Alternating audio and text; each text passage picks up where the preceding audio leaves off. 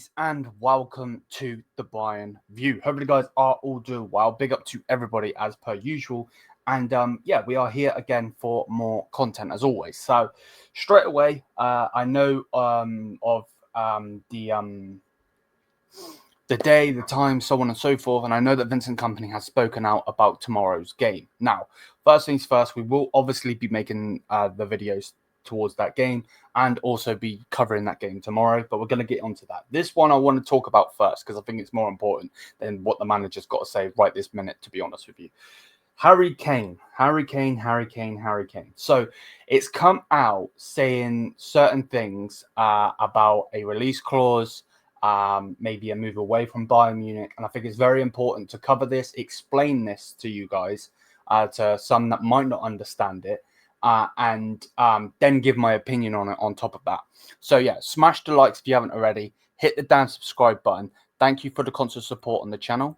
As per usual, you guys are the best. And let's get into this. So Harry Kane has an 8-figure release clause in his contract, which opens the doors to a sensational return back to the Premier League. We know that, it doesn't mean Tottenham, by the way, any club. It's a release clause, so he can pick where he goes and he can trigger it. That's the most important thing. He can trigger it, not Bayern Munich, not Tottenham, not fucking Man United or anything like that. Generally speaking, Harry Kane has the power.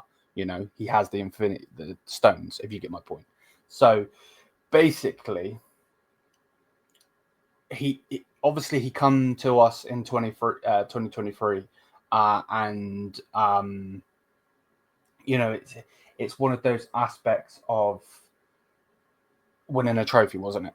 That's the main reason he left. Obviously, we needed a striker at that time. We had Lewandowski, but it seems to be that case.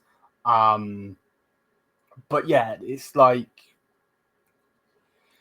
that whole Alan Shearer record, which is a Premier League record. He wouldn't be the top scorer in all of English football, because Division 1 wise is a lot higher.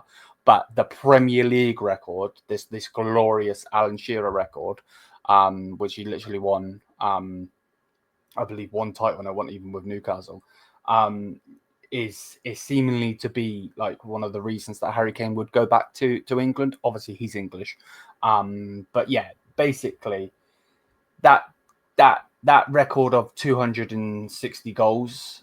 I'm not really too sure on the top of my head of what how many Premier League Premier League goals does Harry Kane have? So Harry Kane has 213. So what, 260? Yeah, that's a couple seasons that would be broken easily. The thing is it necessarily a need to do? Because I think Erling Haaland in those 10 years is going to break that record himself. So anyway, whatever. But basically, it has been revealed that, yeah, basically the transfer to Bayern Munich included a deal where Harry Kane could open a release clause. I think it's this winter transfer window, just gone now. He could have triggered a release clause of, I want to say, of 65 million. 65 to 67 million, I think, pounds wise. So what is that in euros? Euro to pound. So 67 pounds. So 80 million euros. So yeah, take that as it is. Obviously, because the winter transfer window is now shut, that window has passed. But it is valid again next winter. And if Harry Kane was to trigger it, it has gone, like, it's gone down. It's really confusing to explain. So it's going to be 54 million, which pound sterling, which is 64 million euros. So basically, Harry Kane, when we signed Harry Kane, there was a clause in there that basically says that Harry Kane can open this. Nobody else can control this, by the way. Not Bayern Munich, not any Premier League club or any other club around the world in world football. Generally, the only person that can trigger this is himself, which is kind of scary. But in that aspect, it's basically in the January window just gone, there was a release clause for 67 or whatever I just said, million pounds sterling, which is 80 million euros, which obviously has passed now, but he could have done that. And coming up this next winter, there will be a chance that he could trigger it and go for the 54 million that I've just said. So basically, Harry Kane could trigger it and leave. Does that scare me? Yes and no. I feel like Harry Kane himself seems very happy in Munich. He's scoring a hell of a lot of goals. We do need to see him win a trophy this season. Now, we are still in the Champions League. The likelihood of us winning the Champions League is very, very slim. But let's not get it twisted. It's still a possibility. Like, we're in it, so it still is a possibility. Are we going to win it? Probably not. Obviously, Bundesliga, we are first in that at this moment in time. But yeah, basically, Harry Kane could have triggered a release clause in January, which he didn't, which would have let him go for 80 million euros to any club as a release clause. So any club can go in for him, and he decides. The club would just get the money for him. And then this next January winter window, he can do it again for 54 million, which is 64 million euros. So yeah, basically, we need to watch out for next January. If he does trigger it to move back to England or move to anywhere, to be honest with you, that's going to be interesting in itself. So don't be surprised. Obviously, we made the video on last night on them looking at, successors to Harry Kane. Don't be surprised if in this summer or in the winter window, we look for a striker and we buy a striker, because that would indicate that he's going to go. Now, my opinion on it, it is what it is. It was part of the deal that Bayern Munich made. Bayern Munich have been putting in some weird transfers and bonuses and blah blah blah blah blah in these contracts. Leroy Sané's on 15 million with 5 million in bonuses. Don't tell me that that's not fucking crazy, because I'm sorry, Vinicius Jr.'s on the same money. Like, that, you know what I mean? So it's weird.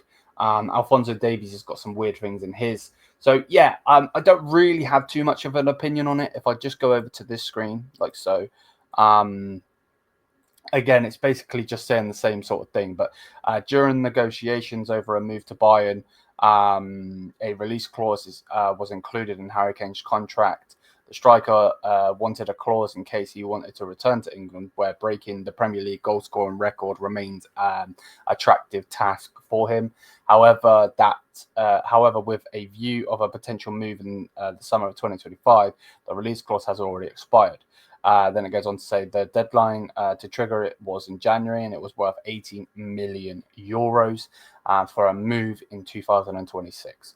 The release clause will be valid again in January of 2026 and would be worth 65 million euros. Kane's contract expires in 2027, the summer of 2027. Bayern did not want to comment on any of this when asked by Sport Bild.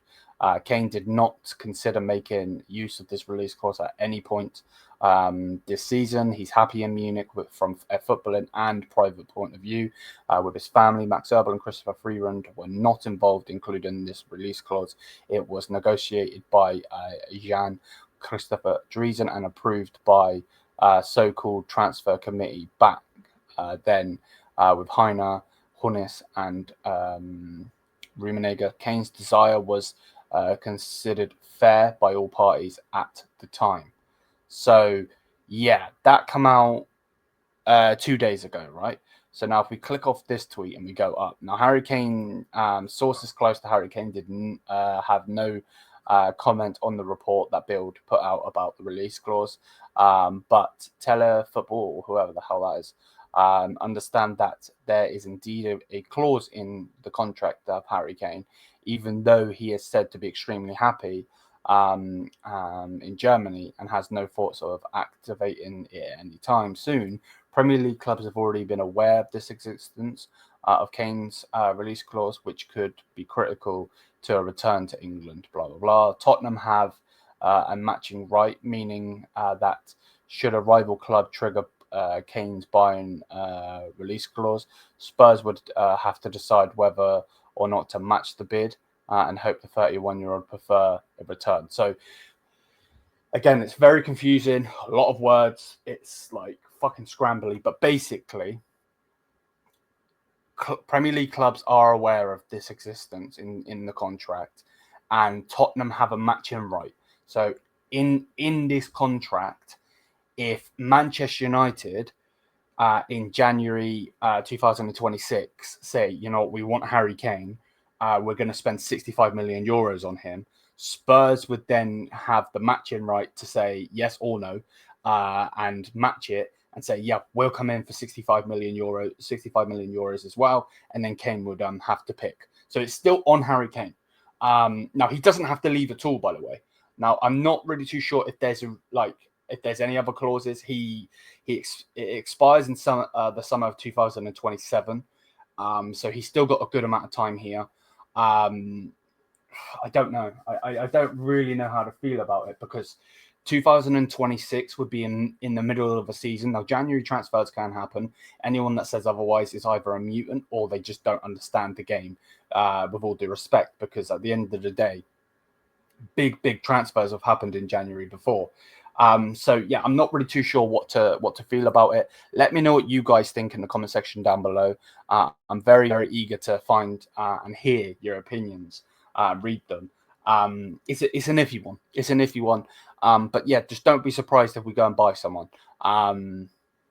Let's see what happens. But yeah, hopefully I have helped or explained it for you guys. You can let me know your opinion in the comment section down below as always. Make sure you smash the likes and hit the subscribe button. Thank you for the constant support on the channel.